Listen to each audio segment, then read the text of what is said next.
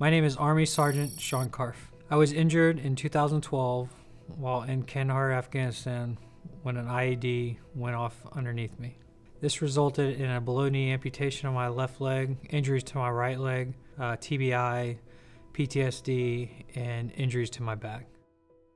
To my left, I have my wonderful wife of 19 years, Brandy. So we met while working a summer job at McDonald's. I was 16 years old, she was 17 years old. Before he was working, he used to skateboard in the parking lot at the McDonald's. I didn't care for him. I thought he was just some other punk skater kid. And he grew on me once he started working there. We have an 18-year-old daughter, Marissa, and a 16-year-old son, Zachary. I went to go live with my uncle when I was younger. I just remember, him coming home with camo face paint on and how proud I was of him serving.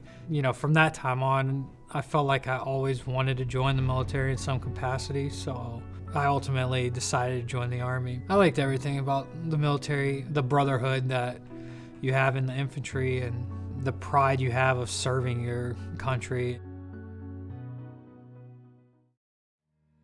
On our second deployment in 2012, we were in Kandahar and it was pretty rough. We were getting in firefights every other day, finding IEDs every other day. On June 15, 2012, we were on a dismounted patrol. It was the second one of that day. I'm in the back of the formation as the weapons squad leader. They call me on the radio and they say, "Sergeant Karpf, bring your gun to the front. We see some guys running on a rooftop."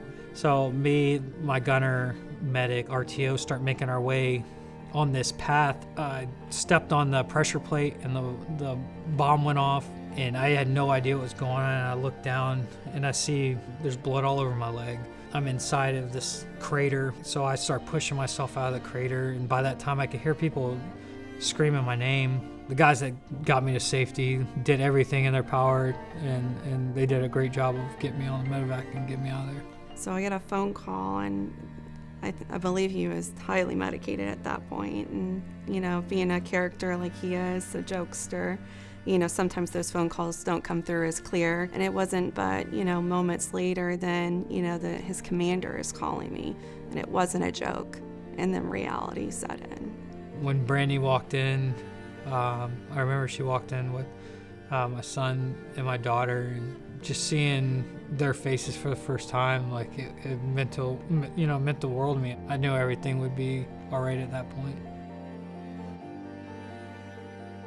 We live in Jacksonville, Florida currently. There's areas in the house to where if I'm in my wheelchair, I can't get around. I used to go all day of wearing my leg, and then even coming home, I would take a shower and then throw my leg back on. And now it's like I get home and as soon as I take a shower, I'm riding a scooter around the house because my leg is hurting, my back is hurting. One of our biggest things is sitting in the dining room as a family.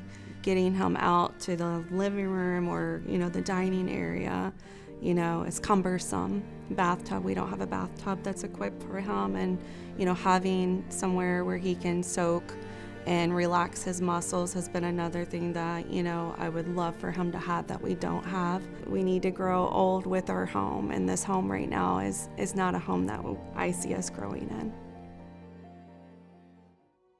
So I originally found out about Homes for Our Troops while at Walter Reed in 2012. As far as features go, I would really enjoy seeing Sean be able to, take a bath, to be able to relax at night, after, hard day of work, and then us being able to comfortably sit, in the dining area as a family. One of the features I really like is the fact that you have the concrete all the way around the house, so that way I can get all the way around the house, no problem. So I own a leg up pressure washing, and it's obviously a pressure washing business. If we did receive a home from Homes for Our Troops, what I really want to happen is to be able to hire other veterans. This will set us up financially better, but it will also enable us to grow the business and just being able to help other veterans.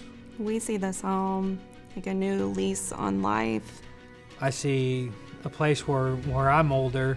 We have our grandkids visiting. Now, if I'm in a wheelchair, I can get around and play, and so I really look forward to that. Homes for our troops is endless possibilities. It's opening doors for our future. To me, it's a blessing. It means everything.